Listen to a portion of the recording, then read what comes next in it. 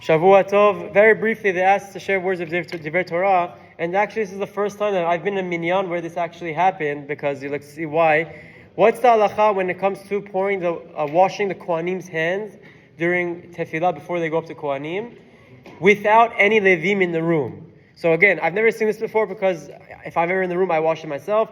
Today I was still in my tefillah. The other Levim were still in the middle of the tefillah. The Kohanim went to wash their hands. There were no Levim there to wash their hands. What do we do? How do we proceed? What's the proper halacha, proper mechanism? So first and foremost, let's very quickly try it. I mean, it's a long discussion. I'm not going to touch everything right now. But who even washes the Kohanim's hands?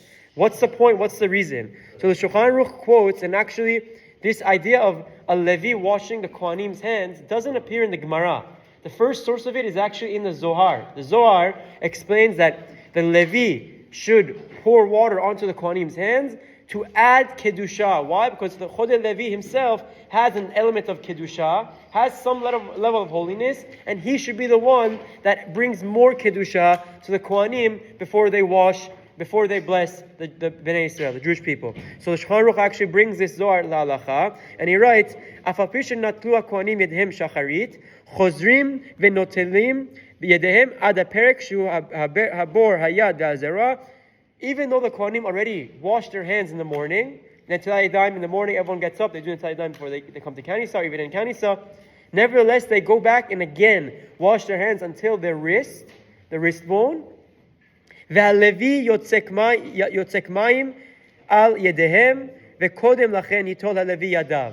So he says two important things. That first of all, the Levi has to pour the water on the Kohanim's hands, and before the Levi does that, he should re-wash his hands as well. The Ramah, the Ashkenazim say that they didn't have the minhag for the Levi to wash their hand beforehand, and I think that's what we see around in our community as well. But if a Levi does want to wash his hands before washing the Kohen's hand, it's a fantastic thing. What happens if there's no Levi? So there's two different approaches in halacha. The first approach is, the Mishnah Berurah brings it, that goes back to who? The original Kohanim. Who are the original Kohanim?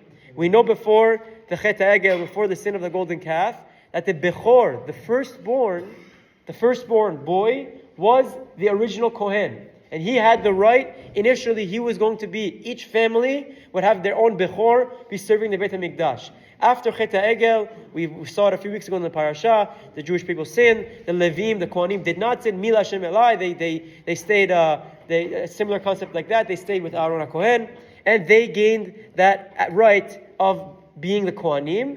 Nevertheless, the Bechor still has a little bit of Kedusha. A firstborn boy still has an element of holiness above all of Am Yisrael. Again, all the Jewish people are holy. We're talking about in the spiritual realms. That the Bechor has a little bit of more Kedusha. Therefore, the Mishnah Berurah says that it falls back onto him. And the Bechor, in a scenario where there's no Leviim, the Bechor, even a Yisrael Bechor, has precedence to go wash the Kohanim's hands. The Kaf HaChaim mentions this halacha, and he quotes in the name of the Ben Ish Chai as well, that this is the correct thing from the letter of the law. But the Ben Ish Chai adds that in his city of Baghdad, he never noticed this. He said, this is the proper halacha, but for some reason, the Leviim, when there was no Levina Minyan, the Bechor would never go up and approach. Rather, the Kohanim themselves would wash their hands.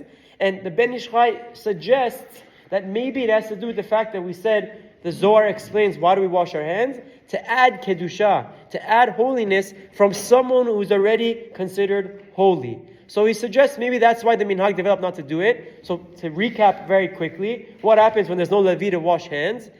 There's two opinions. Either the Cohen washes his own hand, or a Bechor washes their hand. Both are appropriate. I'll ask Rabbi Chaim what he suggests for our community, and we'll recap another time, B'ezrat Hashem. But either option, a Bechor or the Cohen himself, is 100% acceptable. And the Ikar is their hands are clean. They come give Birkat Kohanim, and we receive all the bracha, all the blessing from Hashem. Have a wonderful day.